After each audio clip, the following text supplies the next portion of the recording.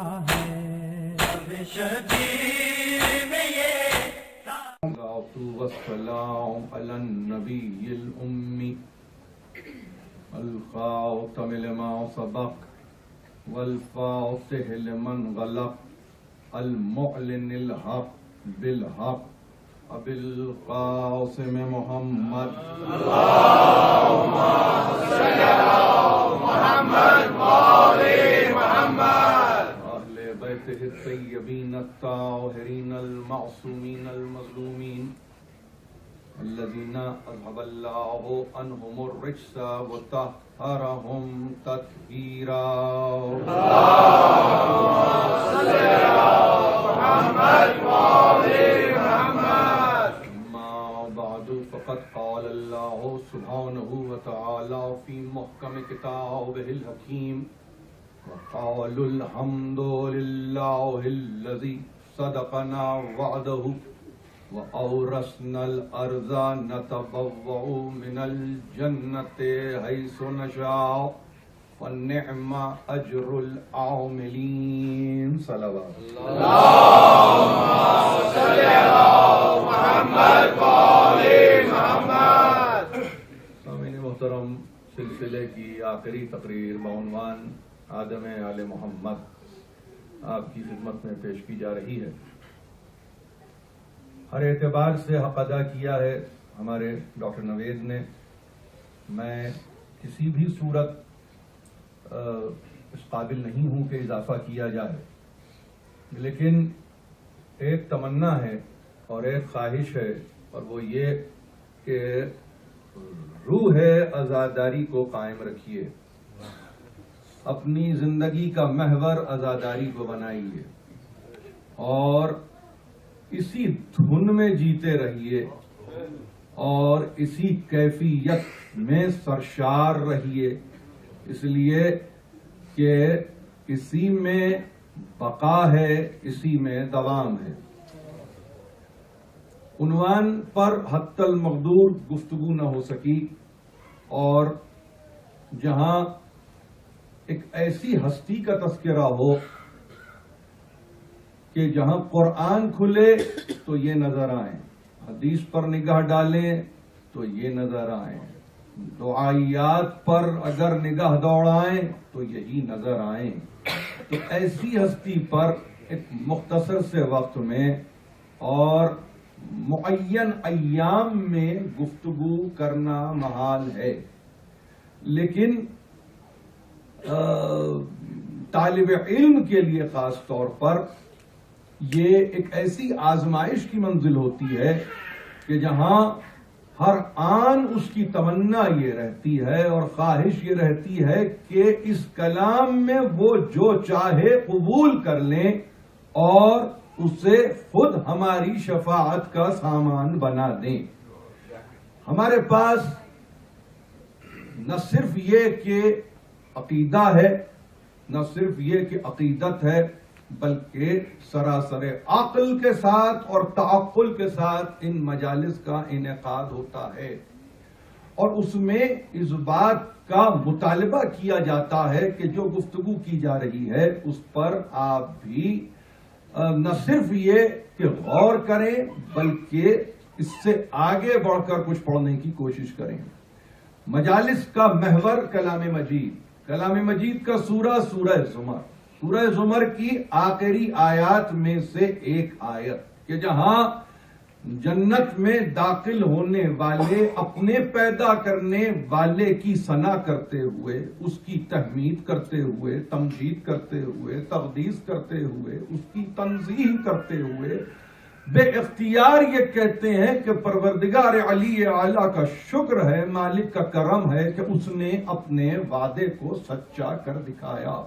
وہ وعدہ جو اس نے ہم سے کیا تھا اس وعدے کو پورا کر دکھایا اور ہمیں میراث میں زمین دی، ہمیں زمین کا وارث بنایا، اور وہ زمین کی وراثت وسعت پاتے پاتے ارض جنت میں تبدیل ہو گئی، اور جہاں اعلان کیا گیا کہ اب ہمیں یہ کہا جا رہا ہے کہ جہاں چاہو رہو، جیسے چاہو رہو، جس طرح سے چاہو رہو، خوش رہو، آباد رہو، ابد الآباد تک رہو، یہ بہترین صلہ ہے عمل کرنے والوں کو کہ جو مالک مطلق نے دیا ہے، جو حکیم علی الاطلاق نے دیا ہے، اور اس طرح کا کہ جس کے نتیجے میں اب وہ اس کیفیت میں سرشار ہیں کہ جو ہمیں ملنا تھا ہمیں مل گیا۔ یہ وہ آیہ کریمہ ہے کہ جس کے متعلق میں نے پہلی تقریر میں کہا تھا کہ خود امام زین العابدین نے وقت آخر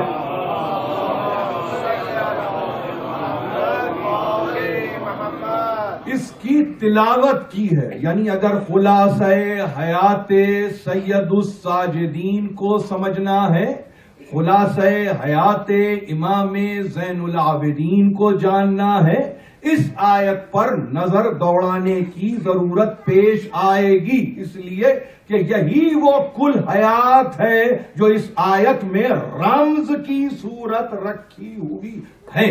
اور جہاں ہم قرآن کا مطالعہ کرتے ہیں تو خدا شاہد ہے کہ ہم نے اپنے مزاج کو سامنے رکھ کر قرآن کو کبھی نہیں پڑھا، بلکہ ہم نے جب کبھی قرآن کا مطالعہ کیا ہے انہی معصومین کو سامنے رکھا، ان کی سیرت کو سامنے رکھا، اور اس کے بعد ہم نے کہا کہ یہ ہماری رہنمائی اس طرح سے کرتے ہیں۔ کل کی تقریر آپ کے سامنے ہے، میں نے عرض کیا تھا 3 آیتیں امام زین العابدین نے پیش کی ہیں، اور وہ آیتیں پیش کرنے کا مقصد فقط یہ بتانا تھا کہ پہلے ہم سے متعارف تو ہو جاؤ، پہلے ہمیں جان تو لو، پہلے ہمیں پہچان تو لو کہ ہم ہیں کون، اور کوئی اور نہیں پہچانوا سکتا، کوئی اور نہیں بتلا سکتا کہ یہ کون ہے۔ قرآن ہی کو حق پہنچتا ہے کہ وہ ان کا تعارف کروائے، قرآن ہی کو حق پہنچتا ہے کہ یہ ان کو متعارف کروائے۔ ہاں ان کو متعارف کروائے گا کہ جن کے قلوب سیقل ہو، جن کے قلوب چمکتے ہوئے ہو، جن میں زنگ لگا ہوا نہ ہو، جو زنگ خوردہ نہ ہو، ایسے قلوب میں تجلی چاہیے کہ جو جلا پائے ہوئے قلوب ہو۔ تو ہم بحمد اللہ وہ قلب مطمئن رکھتے ہیں کہ جہاں ہر آن ان کا سورج طلوع رہتا ہے، ہمارے پاس غروب کی منزل آتی ہی نہیں۔ لہذا مرد شامی سے کلام کرتے ہوئے جبکہ اس نے استہزاء کیا، جبکہ اس نے توہین کی، جبکہ اس نے اہانت کی، جبکہ اس نے یہ کہا کہ پروردگار کا شکر ہے کہ جس نے تمہیں قتل کیا، الحمدللہ الذی قتلکم واہلککم، کہ اس نے تمہیں ہلاک کیا، اور اس کے ساتھ ہی بے اختیار کہا وقطع قرن الفتنۃ عن الاسلام، کہ اس نے اسلام سے فتنے کو قطع کر دیا، اسلام سے فتنے کی جڑ کو اکھاڑ پھینکا۔ عجیب بات یہ ہے کہ مغموم انسان سے یہ گفتگو کرنا، محزون انسان سے یہ گفتگو کرنا، زخمی انسان سے یہ گفتگو کرنا، جس کا گھر لٹ چکا ہو اس سے یہ گفتگو کرنا کیا معنی رکھتا تھا؟ وہ کیا ایسی بات تھی جس کو کہ وہ اپنی زبان پر لا رہا تھا، اور یہاں سے وہ معصوم مجسم ایک مرتبہ اب جب اس نے کہا اور یہ کہا کہ تو ہمیں جانتا ہے، تو ہم سے واقف ہے، تو یاد رکھیے کل کی تقریر سے صرف یہ اپنے لفظ مستعار لے رہا ہوں کہ جہاں 3 آیتوں کو برمحل پیش کر دیا۔ پہلی آیت وہی آیت جو سورہ شورى میں تھی، قل لا اسألکم علیہ اجرا الا المودۃ فی القربى۔ دوسری آیت جو بنی اسرائیل میں تھی، جس کو خلاصتاً کس طرح بیان کیا جائے، وآت القربى، وہ کیفیت کیا ہے، وہ لانا ہے، عطا ہونا ہے، کیا مل رہا ہے، حق مل رہا ہے. کس کو مل رہا ہے؟ قربا کو مل رہا ہے. اور جہاں قربا کو حق مل رہا ہے تو تیسری انتہائی آیت جس کا ترجمہ کیا کرنے والوں نے اور ظاہر ہے کہ غنائم کی طرف لے گئے. کل میں نے گفتگو میں کہا وہ غنیمت نہیں تھی، وہ حقیقت تھی. اس حقیقت سے پردہ پوشی کی گئی اور یہ کہا گیا کہ نہیں، حق نہیں پہنچتا. سورہ انفال کی وہ آیت کہ جس میں آپ نے مطالعہ کرتے ہوئے دیکھا ہوگا کہ جہاں 10واں پارہ شروع ہوتا ہے، پہلی ہی آیت 10ویں پارے کی آپ نے پیش کر دی اور یہ کہہ کر پیش کیا کہ دیکھو قربا کو سمجھنا ہے تو اس آیت سے بھی سمجھو.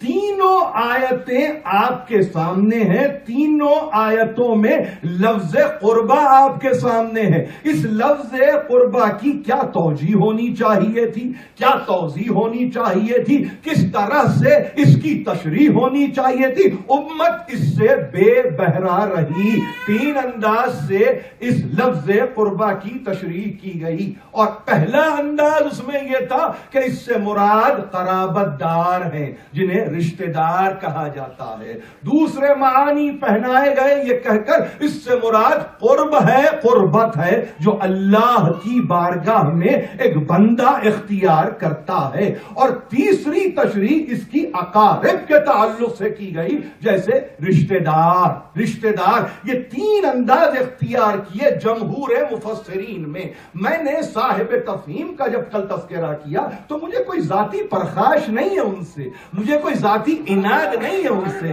میری کوئی ذاتی دشمنی نہیں ہے ان سے، مگر جب خود لکھنے والا یہ کہہ رہا ہے کہ میں ترجمانی کر رہا ہوں تو مجھے بھی یہ حق پہنچتا ہے کہ وہ جو قرآن کی ترجمانی کر رہا ہے کم از کم اس کی فکر کو اس قابل تو بنا دوں کہ رہتی دنیا تک کہیں کوئی حرف نہ آنے پائے. انہوں نے کہا تین صورتیں ہیں اور حوالے میں کبھی جریر طبری کا حوالہ دیا، کبھی ابی یولا کا حوالہ دیا، کبھی ابن حاکم کا حوالہ دیا. تذکرہ کرتے ہوئے انہوں نے عبداللہ ابن عباس کا بھی تذکرہ کیا اور انہوں نے کسی بھی طرح سے کوتاہی نہیں کی. علی ابن الحسین کا بھی تذکرہ کر دیا. یہ مولانا مودودی ہے، قلم سے علی ابن الحسین کا نکلنا بھی معجزہ ہے.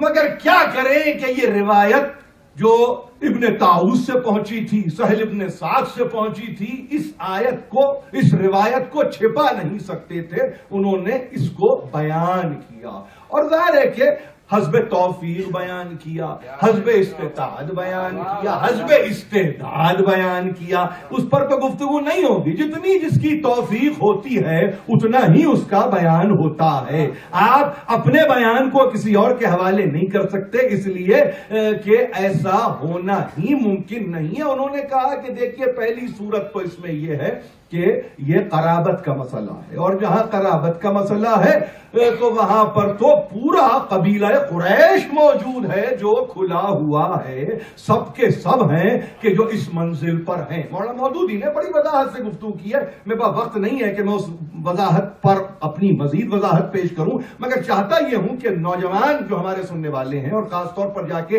انٹرنیٹ پر چیزوں کو دیکھتے ہیں اور تلاش کرتے ہیں اور تفہیم کو بھی کھول کے دیکھتے ہیں، وہ جا کے ذرا سا دیکھیں کہ اس تعارف کو جو علی ابن الحسین نے اپنے تعلق سے پیش کیا ہے اس تعارف کو کس طرح سے برتا ہے تفہیم قرآن میں مولانا مودودی نے. اور یہ کہا ہے کہ یہ قرابت، اور یہ قرابت رؤساء قریش بھی ہیں، اس میں قبیلہ قریش بھی ہے. اور ان کا عالم یہ ہے کہ یہ کہتے ہوئے کہتے ہیں کہ ایک صورت تو یہ ہے کہ سرکار رسالت آپ کہہ رہے ہیں کہ میں تم سے اجر رسالت نہیں مانگتا، مگر دیکھو میرے قرابت دار ہو، ہم تم ایک ہی قبیلے کے ہیں، تم بھی قریش کے ہو، ہم بھی قریش کے ہیں، آخر ہم پر کیوں ظلم کرتے ہو؟ کاہے پر مجھ پر مصیبتیں توڑتے ہو؟ کاہے پر یہ ظلم روا رکھتے ہو؟ تمہیں خیال نہیں آتا میں تم ہی میں سے تو ہوں؟ اب دیکھیے کیا گفتگو ہو رہی ہے. یہ سرکار رسالت مآب ہے، قیامت تک کا پیغام دینے والا نبی ہے اور وہ گفتگو کر رہا ہے اپنے ہم قبیلہ افراد سے جس میں ابو لہب بھی ہے، جس میں ابو جہل بھی ہے، کہ کاہے کے لیے تم مجھ پر مصیبت کو روا رکھتے ہو؟ کاہے کے لیے ظلم کر رہے ہو؟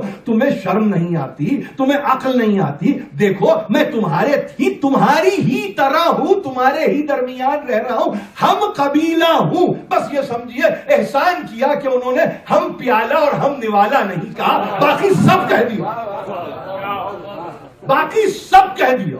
یہاں تک کہ انہوں نے گویا سرکار رسالت مآب کا ایک انداز سے گڑ گڑانا ثابت کیا قبیلہ قریش کے سامنے. کیا اچھا لگے گا تم مجھ پر مصیبت کرو گے؟ کیا اچھا لگے گا تم مجھ پر ظلم کرو گے؟ تو ایک صورت تو انہوں نے اس لفظ کے ساتھ کہا قربا کے معنی ہے قرابت کے، اور قرابت سے مراد قریش کے لوگ. دوسری منزل ذرا سا ان کی سطح فکر بلند ہوئی. انہوں نے کہا کہ نہیں، بات یہاں بھی پوری طرح سے کھلتی نہیں ہے، تو اس لفظ کے معنی ہے قربت اور تقرب کے. اب اگر لفظ قربت اور تقرب کے ساتھ اس قربہ کو دیکھا جائے تو انہوں نے کہا کہ اس کا مطلب یہ ہوا کہ میں اجر رسالت نہیں چاہتا، مگر چاہتا یہ ہوں کہ تم اللہ سے تقرب پاؤ، اللہ کی قربت میں جاؤ، اللہ سے نزدیک ہو جاؤ، اللہ کی اندیت میں چلے جاؤ. یہاں لفظ تقرب کے معنی میں قربہ کو لیا گیا. تیسری منزل پر آنے کے بعد انہوں نے کہا کہ لفظ قربہ کا مطلب ہے اقارب، رشتہ دار. اور اس کے بعد انہوں نے عجیب وضاحت کی، اور وضاحت یہ کی ہے کہ یہ رشتہ داری فقط ایک خاص طبقے سے نہیں ہے، پورا بنی عبد المطلب ہے جو کھلا ہوا ہے. اور فقط وہی نہیں ہے بلکہ کہتے ہیں کہ یہ رشتہ داری یا رشتہ دار ان کا تعلق عبداللہ کے گھرانے سے بھی ہے، اس کا تعلق آمنہ بنت وہب کے گھرانے سے بھی ہے، اس کا تعلق خدیجہ کے گھرانے سے بھی ہے. یہ بھی انہوں نے دلائل دیے کہ ان کے سب جاننے والے رسول اکرم کے رشتہ دار ہی قرار پائیں گے. اور اس کے بعد انہوں نے کہا کہ خاص طبقہ ہے، چھوٹا سا جملہ کل کی تقریر ہے، ایک خاص طبقہ ہے جو یہ سمجھتا ہے کہ اس سے مراد فقط علی اور فاطمہ اور ان کی اولاد ہیں. علی، فاطمہ اور ان کی اولاد خاص طبقہ ہے. اور اس کے تعلق سے کہا کہ اس کو سپورٹ کرتے ہیں عبداللہ ابن عباس بھی اور علی ابن الحسین بھی. جبکہ وہ یہ کہتے ہیں اس کے بعد کہ میری سمجھ میں نہیں آتا کہ جب سورہ شورى نازل ہوئی، یہ مکی سورہ ہے، اس وقت تو علی اور فاطمہ کی تو شادی بھی نہیں ہوئی تھی. بڑا علمی مسئلہ انہوں نے اٹھایا، بڑا علمی مسئلہ اٹھایا. یعنی اب اگر اس کو بنیاد بنائے مسلمان فقط اس فقرے کو اور یہ کہے کہ سورہ شورى مکی سورہ ہے، بے شک مکی سورہ ہے. نزول ترتیب میں اگر آپ اس کو ملاحظہ فرمائیں تو مکی سورہ وہ سورہ جو 62واں سورہ ہے، نزولی ترتیب میں یہ 62واں سورہ ہے، سورہ شورى. اور متعلق ایک اور امر اس سے واضح کر دوں کہ موجودہ ترتیب مکی و مدنی میں اس کا نشان ہے 42، اس کا نشان ہے 42. لیکن انہوں نے ایک مقدمہ قائم کر دیا. انہوں نے کہا یہ کہنا علی ابن الحسین کا یہ کہنا اس میں ہم بھی ہیں، اس میں ہم بھی ہیں. چاہے کہ ابھی علی اور فاطمہ کی تو شادی نہیں ہوئی، زندگی مکے کی ہے جب سورہ آ رہا ہے، زندگی مکے کی ہے، سورہ مکے میں آ رہا ہے. ابھی تو تزویج بھی نہیں ہے، نکاح کا کوئی تصور بھی نہیں ہے. 86 سورے ہیں مکی زندگی میں، اس کا نشان ہے 62. اس کا مطلب 24 سورے ابھی اور آنے باقی ہیں. ایک پھر پوری اس کے بعد مدنی زندگی ہے جو کھلی ہوئی ہے جس میں اور 28 سورے آئیں گے. لیکن اس سورے کے تعلق سے اب دیکھیے، انسان کے دل میں جب کوئی کیفیت ہو اور اس طرح کی کوئی کیفیت ہو تو وہاں پہ کن چیزوں کا وہ سہارا لیتا ہے. یعنی اب وہ ریویلیشن کی کرونالوجی پہ آ گئے. انہوں نے کہا ترتیب دیکھو اس کی، اور ترتیب دیکھتے ہوئے فیصلہ کرے مسلمان فیصلہ کریں کہ جہاں شادی نہیں ہوئی وہاں اولاد کا کیا تصور ہے، اور جہاں اولاد نہیں ہے تو وہاں اولاد در اولاد کا کیا تصور ہے. تو علی ابن الحسین کا وہ استحقاق اس آیت پر، اس کے معنی کیا رہ جاتے ہیں. اب اتنے پڑھے لکھے ذہن کو اگر ہم اس طرح سے سنیں تو بہت تکلیف ہوتی ہے. اس لیے یہ محسوس یہ ہوتا ہے کہ ایک کی دشمنی میں آپ سمجھ گئے پورے قرآنی رموز سے انسان اپنے آپ کو بے بہرا کر رہا ہے. یعنی اگر میں اس پر ایک سوال یہ قائم کروں قیامت تو نہیں آئی، قیامت تو واقع نہیں ہوئی، تو پھر یہ قیامت کے تذکرے کے معنی کیا ہے؟ بھئی قیامت تو نہیں آئی نا، کس نے دیکھا قیامت کو؟ کس نے دیکھا؟ تو اس کا مطلب یہ ہے کہ کیا وہ اسٹیپ بائی اسٹیپ چیزوں کو کر رہا ہے؟ کیا اس کی مشیت اب محتاج ہے کہ آج یہ کرے کل وہ کرے پرسوں وہ کرے، مکی زندگی کا انتظار کرے مدنی زندگی کا انتظار کرے پھر کہیں جا کے آیت کو بھیجے، یا اس کا امر جو اس کا ارادہ ہے اور جو ارادہ ازلی ہے۔ اب انسان یعنی اب میں کیا عرض کروں آپ سے کہ محسوس یہ ہوتا ہے کہ اب اللہ کو بھی اسی طرح سمجھنا ہوگا جیسے ڈیلی بیسس پہ ہم ایک دوسرے کو سمجھتے ہیں کہ آج کیا موڈ ہے نہیں معلوم، کل کیا مزاج ہوگا نہیں معلوم، پرسوں پھر کیا مزاج ہوگا ہمیں تو نہیں معلوم۔ اب یہ ہے خالق کائنات کے تعلق سے بات محمد اور آل محمد کی نہیں ہے۔ ہمیں گھبراہٹ اس امر پہ نہیں ہو رہی ہے کہ ان کے کہنے سے کوئی فرق پڑتا ہے، ہمیں فرق نہیں پڑتا۔ وہ یہ کہتے ہیں کہ جہاں شادی نہیں ہوئی وہاں پہ تذکرہ کیسے؟ تو اب اس فکر کو اگر انسان آگے بڑھائے تو اس میں علمیت تو کم ہے، بلکہ نہ ہونے کے برابر ہے، بلکہ نہیں، اس میں تکلف کی بھی ضرورت نہیں ہے، اس میں تکلف کی ضرورت نہیں ہے، یعنی احتیاج ہے کہ اگر ہو تو ارے بھائی وہ بھی آپ کو آزما کے دیکھ لیا کہ جب آپ کی طبیعت کے مطابق آیت آئی اور وہ آیت مباہلے کی آیت تھی تو اس میں کون سا آپ نے نام لیا؟ اس میں آپ نے تذکرہ کون سا کیا؟ شادی بھی ہو چکی تھی، بچے بھی ہو چکے تھے، مگر آپ تھے کہ وہی رہے، آپ تھے کہ وہی رہے، آپ کے مزاج میں کوئی تبدیلی نہیں ہے۔ تو فقط ذرا سی بات کو کہ جس میں یہ کہہ دینا تھا کہ ہاں قربا سے مراد یہ بھی ہے، کافی تھا۔ ہم آپ کے آپشنز میں اس کو کنسیڈر کرتے، کم از کم ہم یہ کہتے کہ آپ منہ دکھانے کے تو قابل ہیں۔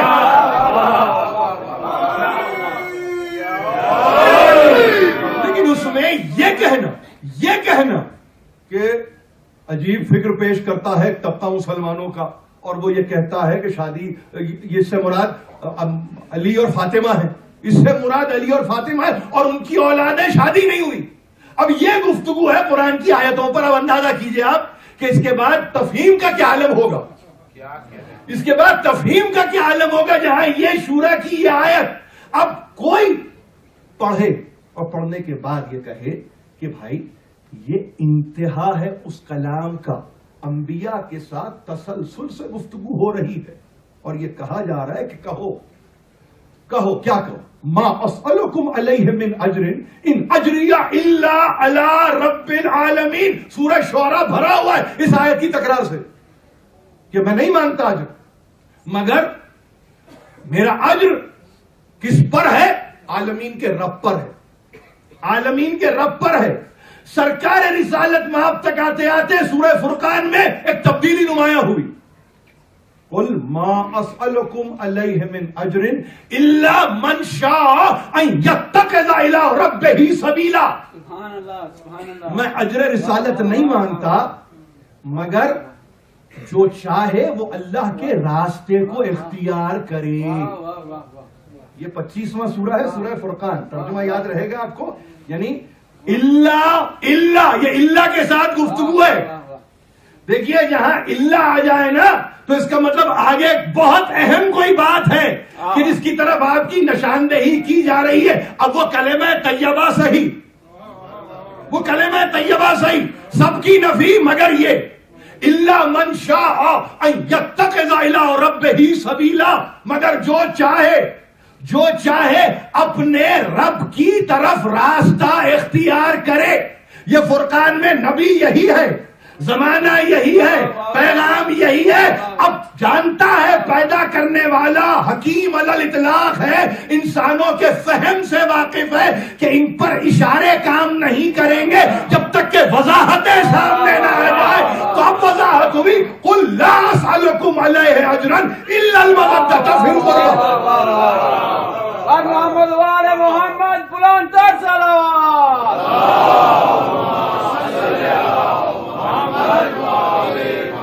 خدا گواہ ہے، میں مولانا مودودی سے یہ توقع کر رہا تھا، خدا گواہ ہے، میرا اللہ شاہد ہے کہ وہ کم از کم عالمانہ بحث کریں گے اس مسئلے پر۔ وہ آیتیں جو شعراء میں ہیں، وہ آیتیں جو فرقان میں ہیں، کم از کم اس کو ڈسکس کریں گے، ریلیونس پیدا کریں گے اور یہ کہیں گے کہ آیتیں اس طرح کھلتی چلی جاتی ہیں. کیا اس میں تکلیف تھی؟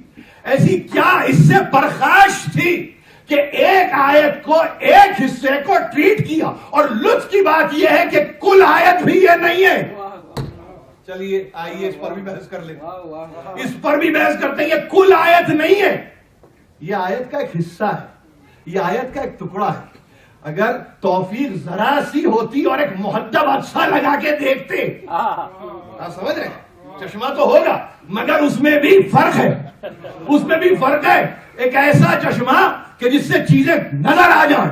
آیت یہاں سے شروع نہیں ہوتی کہ قل لا اسألکم علیہ اجرا الا المودۃ فی القربى، نہیں، بلکہ آیت یہاں سے شروع ہوتی ہے ذالک الذی یبشر اللہ عبادہ الذین آمنوا وعملوا الصالحات. ارے یہ خوشخبری ہے ان بندگان خاص کے لیے جو ایمان لاتے ہیں، عمل صالح اختیار کرتے ہیں. آپ اس میں ہیں بھی نہیں.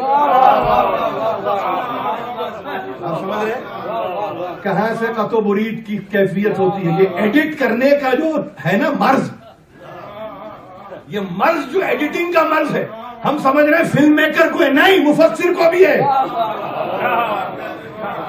یہ ایڈیٹنگ کا مرض مفسر کو بہت ہے. قل لا اسألکم علیہ اجرا الا المودۃ فی القربى، قربا قرابت، قربا اقارب، قربا قرب، قربا تقرب، بس گفتگو ختم ہو گئی. نہ کسی شعراء کا حوالہ، نہ کسی فرقان کا حوالہ، نہ پوری آیت کا حوالہ. ترجمہ اگر کر لیں، ذرا تمیز سے ترجمہ کر لیں، ذرا تمیز سے، تو وہاں اعلان ہے. ارے یہ جو ہم بیان کر رہے ہیں نا، ذالک الذی یبشر اللہ، یہ اللہ بشارت دے رہا ہے. عبادہ الذین آمنوا وعملوا الصالحات. اب عباد میں تو آپ ہیں نہیں، اس لیے کہ قلیل ہوتے ہیں وہ. قلیل من عبادی الشکور. آپ سمجھے، بہت تھوڑے ہوتے ہیں بندگان خدا جو شکر گزار ہوتے ہیں. جو شکر گزار ہوتے ہیں تو یہ بشارت ہے ان کے لیے کہ جو ایسے بندے ہیں جو ایمان لاتے ہیں، عمل صالح اختیار کرتے ہیں. اب کہو ان کے لیے حبیب، قل کہو تم، لا اسألکم علیہ اجرا الا المودۃ فی القربى، میں اجر رسالت نہیں مانگتا مگر میرے قربا کی مودت. تو ہر کس و ناکس سے مانگ بھی کم رہا ہے. آپ سمجھ رہے ہیں یہ کیوں تفہیم نہیں ہو رہی؟ آپ کو معلوم ہونا چاہیے. بڑا عجیب جملہ آپ کی خدمت پیش کرنے جا رہا ہوں. یہ کیوں تفہیم نہیں ہو رہی؟ اس لیے کہ آپ اس میں داخل ہی نہیں ہے. آپ اس میں داخل ہی نہیں ہے، نہیں، آپ اس قابل ہی نہیں ہے.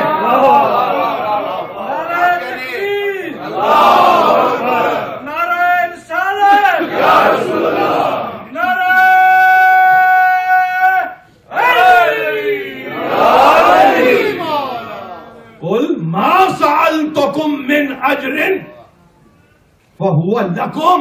اب دیکھیے سورہ سبا، ان اجریہ الا علی اللہ. سورہ سبا میں آپ کے سامنے 34واں سورہ ہے. میں اجر نہیں مانگ رہا ہوں تم سے.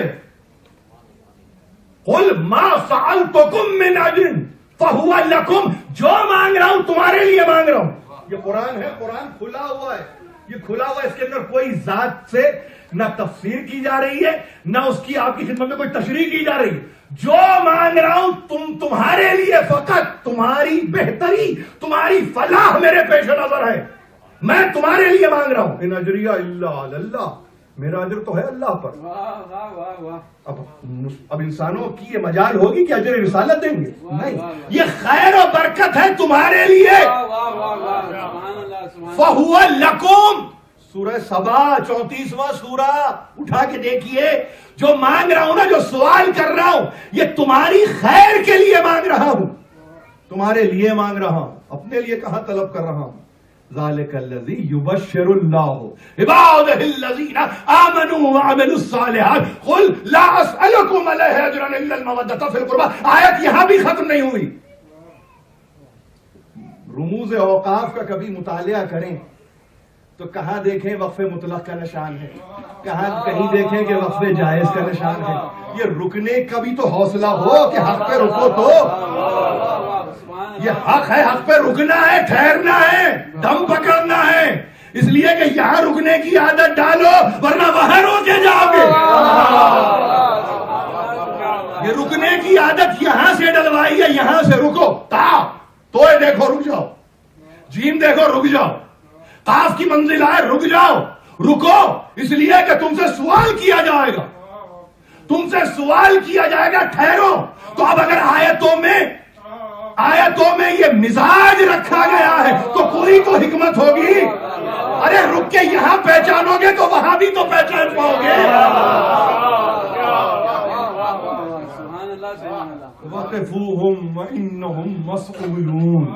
روک کے پوچھا جائے گا تم سے, بتاؤ مولا کون ہے, آقا کون ہے, سید کون ہے, سردار کون ہے. روکنا ہے تو آیتوں پہ رکنے والا مزاج بھی وہاں رکے گا اور جواب دے گا. قُلْ لَا أَسْأَلُكُمْ عَلَيْهِ أَجْرًا إِلَّا الْمَوَدَّةَ فِي الْقُرْبَى. اور اس کے بعد علامت, رکنے کی علامت, وَمَن يَقْتَرِفْ حَسَنَةً نزد لہو فیہا حسنا واللہ غفور شکور. یہ آیت یہاں ختم ہوئی. اس جگہ ترجمہ سنیں گے. حوصلہ ہے خاص طور پر مسلمانوں کو. میں چاہتا ہوں یہ حوصلہ پیدا کریں. جو بھلائی کماتا ہے وَمَن يَقْتَرِفْ حَسَنَةً نزد لہو فیہا حسنا, ہم اس میں ایک خوبی کا اضافہ کر دیتے ہیں. یہ کمائی ہوئی بھلائی ہے, یہ مستعار نہیں ہے, ادھار نہیں ہے, مہنگے کی نہیں ہے. یہ ہم نے کمایا ہے خون جگر دے کے. یہ ہم نے اس بھلائی کو کمایا ہے, ہم نے کمایا ہے. وَمَن يَقْتَرِفْ حَسَنَةً نَزِدْ لَهُ فِيهَا حُسْنًا. جو بھلائی کو کماتا ہے اس کی کمائی ہوئی بھلائی میں ہم خوبی کو ڈال دیتے ہیں. اور واللہ غفور شکور. یہ دو صفتیں ہیں. ایک صفت سے بہت آپ اچھی طرح واقف ہیں کہ معاف کرنے والا ہے. شکور کا ترجمہ کیا ہے؟ شکور کا ترجمہ معلوم کیا ہے؟ کہ وہ غفور تو ہے, معاف کرنے والا ہے. شکور قدردان ہے, وہ تمہارا قدردان ہے, پیدا کرنے والا تمہاری قدردانی کر رہا ہے مودت فی القربہ کی وجہ سے. یعنی دیکھیے کس بارگاہ میں آپ کی پذیرائی ہو رہی ہے. آپ نے فرش عزا یہاں بچھایا نہیں, سکان سماوات پذیرائی کر رہے ہیں. فرش اعلیٰ پہ آپ کی پذیرائی کی جا رہی ہے, آپ کی قدردانی کی جا رہی ہے. اللہ اس ذکر کا قدردان ہے. اٹھا کے دیکھیے مولانا فرمان علی ترجمہ, معاف کرنے والا ہے, قدردان ہے. یعنی اگر اس کے لیے عام اردو ہوتی تو کہتا اللہ شکر گزار ہے. نہیں, یہ مناسب ترجمہ نہیں ہے. قدردان ہے, شکور کے معنی یہاں قدردان کے ہیں, وہ ہے قدردان ہے. اب کہاں کون کس کو سمجھائے کہ آپ یہاں کیوں نہیں ہیں.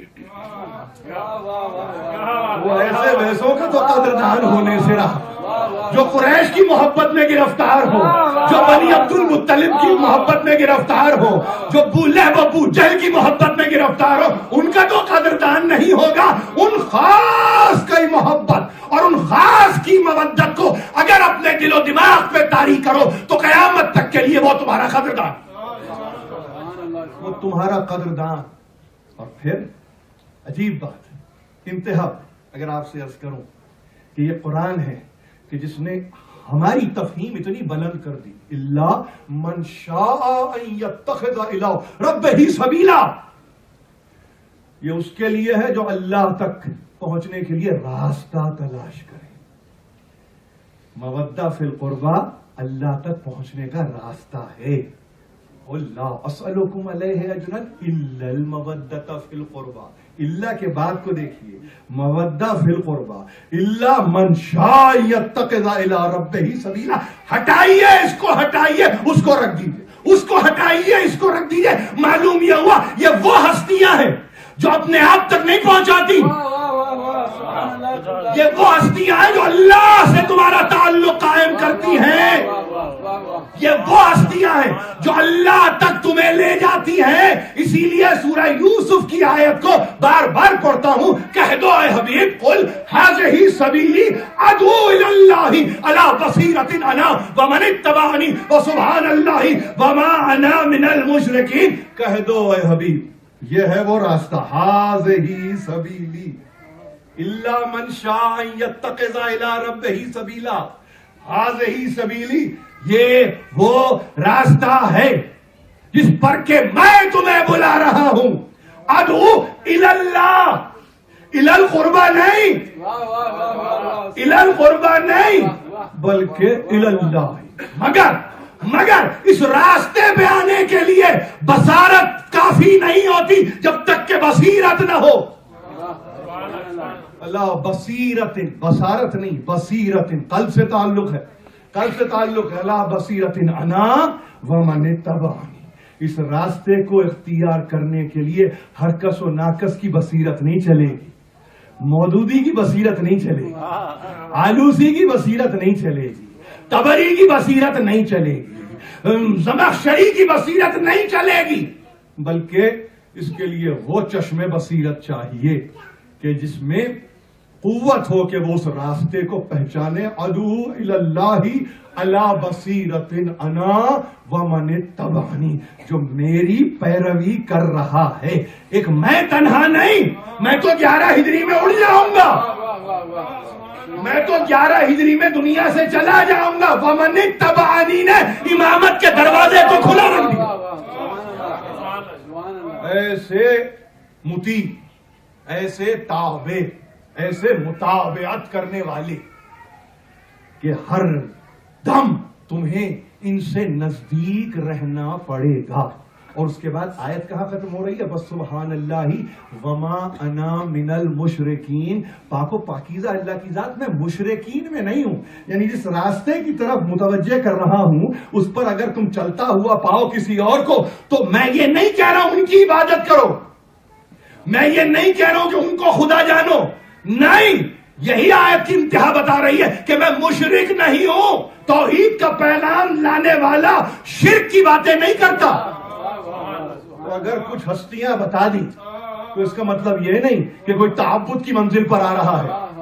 اس کا مطلب یہ نہیں کہ کسی کے تعلق سے یہ گفتگو کی جا رہی ہے کہ نہیں ان کی عبادت کرنا. نہیں, ان کی عبادت ہے, ہاں ان کی پیروی ضرور کرنا ہے. اب اگر پیروی اس شان کی ہو کہ اس میں تعبد جھلکتا ہوا نظر آئے تو اس میں میرا تو کوئی قصور نہیں ہے.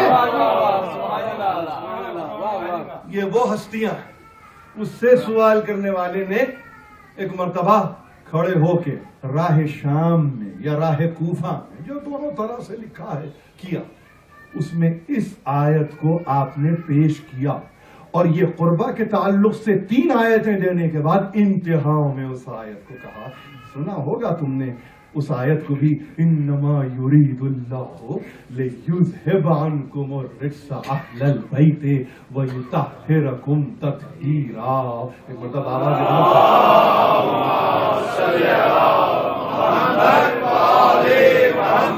یہ انتہا کی آیت ہے جو پیش کر دی. اس لیے اس آیت نے بتا دیا تھا پہلے کہ وجہ تخلیق کائنات ہی یہ ہیں جو صاحب تطہیر ہیں, جو قصہ میں ہیں, اور ان کی بے حرمتی, ان کی بے توقیری, ان کی رسوائی. تقریر کو ختم کرو اور آپ سے اجازت لوں اور یہ کہتے ہوئے کہ نہ مجلس کو بھولیے نہ ماتم کو بھولیے, جی بھر کے ماتم کیجیے. اس لیے کہ نہیں معلوم پھر کب موقع ملتا ہے. یہ سب ارکان عبادت میں ہے, یہ سب ارکان عبادت میں ہے. میں یقین جانیے سلام کرتا ہوں نوجوانوں کو کہ جو جنہوں نے یہاں پر صف عزا کو قائم کیا, صف ماتم کو بچھایا اور سب کو آمادہ کیا کہ نہیں کوئی نہیں جائے گا جب تک کہ ماتم مکمل نہیں ہوگا. کل عزا ہے نہیں, محال عزا ماتم ہے. ہمارے پاس درمیان سے شرکت نہیں کرتے کسی قافلے میں. حدیث قصہ سے زیارت تک یہ کل سفر ہے ہمارا. ہم اس سے اپنے آپ کو باہر نہیں رکھتے. باہر نہیں رکھتے، اس لیے کہ یہی تو پیغام ہے جو آپ تک پہنچا ہے، اور دنیا چاہتی ہے قط و برید کے بعد یہ پیغام بس کچھ رہ جائے، نہیں، یہ مکمل رہے گا۔ توقعات یہاں کے نوجوانوں سے، بہنوں سے بڑی توقعات ہیں، یہ تو مسلسل مجلسیں برپا کرتی ہیں، مسلسل مجلسیں برپا کرتی ہیں۔ ہم اور آپ شاید دن میں ایک مجلس کرتے ہیں، یہ کئی ایک مجلسیں کرتی ہیں۔ خدا ان سب کی توفیقات میں اضافہ کرے۔ یہ وہ منزل ہے جو بہت کڑی منزل ہے۔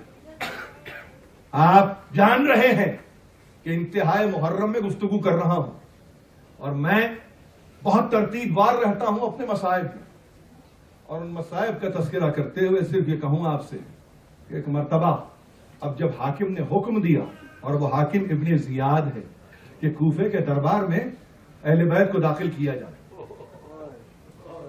اہل بیت کو داخل کیا جائے، ایک رسن میں جکڑے ہوئے، ایک رسی سے بندھے ہوئے، کہتے ہیں کہ 12 گلے تھے، 12۔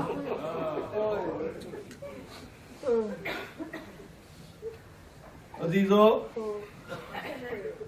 انتہائی کلام اس انداز سے دربار میں یہ داخل کیے گئے کہ سر پر گرد صحرا تھی، بچوں کے رخساروں پر تماچوں کے نشان تھے، سکینہ کا دامن جلا ہوا تھا، علی ابن الحسین کو گھسیٹا جا رہا تھا، اور وہاں ایک شخص تشت طلا میں حسین ابن علی کا سر لے کے چلا،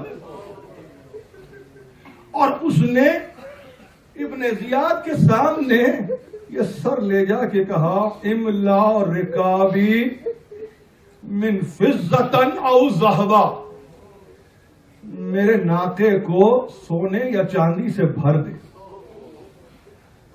ھذا الرجل مہاجبن ملکا، یہ وہ ہے جس کو قتل کیا گیا ہے کہ جس کے دروازے پر ملک حاجب ہوا کرتے تھے، ملک اس کے دروازے پر غلامی کیا کرتے تھے۔ اور کون ہے ھذا الرجل اعلی نسبا، یہ وہ ہستی ہے کہ جس کا نسب اعلیٰ ہے۔ وَخَيْرِ عِبَادَ اللَّهِ امن و ابا، کہ بہترین مخلوق میں اس کی ماں بھی ہے، اس کا باپ بھی ہے۔ یہ سنان ابن انس کے اشعار تھے جو ابن زیاد کے دربار میں اس نے پڑھے۔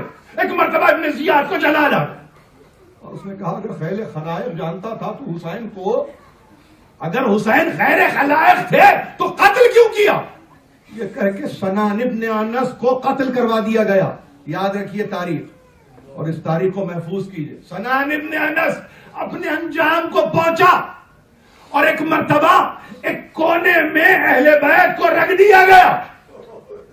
ایک بی بی ان میں بیٹھ گئی، کچھ بیویوں نے اس کے اطراف حلقہ کیا، سر کو جھکائے ہوئے عابد بیمار کھڑے، اور اب جب گفتگو ہوئی اور سروں کو پیش کیا گیا تو ایک ایک سر سے اس نے اپنے آپ کو متعارف کروایا۔ ایک منزل آئی، ایک عجیب منزل، ایک عجیب منزل۔ وہ تشت طلا میں حسین کا سر ایک مرتبہ ابن زیاد کے سامنے آیا، اس نے اپنی چوب سے حسین ابن علی کے دندان ہائے مبارک کو ایک مرتبہ آہستہ آہستہ مارنا شروع کیا، اور یہ کہہ کر مارتا کہ حسین حسین اسرا الیک الشریب یا ابا عبداللہ، بہت جلدی بوڑھے ہو گئے حسین، بہت جلدی بوڑھے ہو گئے حسین۔ یہ دیکھ کر ایک مرتبہ زید ابن ارقم اپنے مقام سے کھڑے ہو گئے اور کہنے لگے، ابن زیاد یہ کیا غضب کرتا ہے، یہ کیا غضب کرتا ہے؟ میں نے دیکھا سرکار رسالت مآب اس بچے کے دانتوں کو چوسا کرتے۔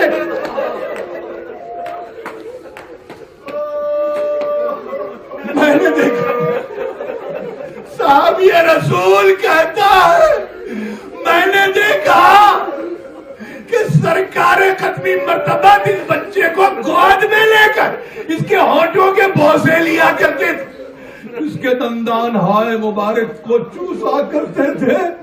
یہ کیا غضب کرتا ہے، خدا تجھ پر لعنت کرے، یہ کہہ کے زید بن ارقم نے مجلس کو خدا حافظ کہا، باہر چلے گئے۔ اب ایک مرتبہ اس نے کہا بتاؤ کہاں ہے قاتلان حسین؟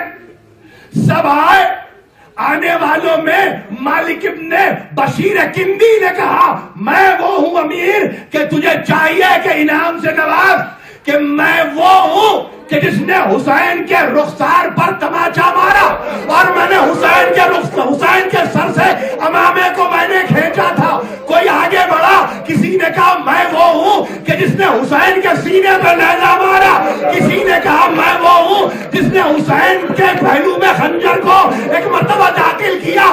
یہ باتیں ہو ہی رہی تھی کہ 10 افراد ایک مرتبہ کھڑے ہوئے، کہا تم نے کیا کیا؟ کہا ایک مرتبہ جب حسین کے سر کو قطع کیا گیا اور حسین کا جسم کربلا میں رہ گیا تو عمر سعد نے کہا اس جسم کو پامال کرو۔ ہم نے ایسے پامال کیا کہ حسین کا سینہ پس گیا، استخا پس گئے، ختم کر دیا ہم نے۔ مگر امیر عجیب بات ہے کہ جب ہم چاہتے تھے کہ گھوڑے دوڑائے، ایک بی بی سیاہ چادر اوڑھ کے یہ کہتی تھی ارے میرے بچے کا قصور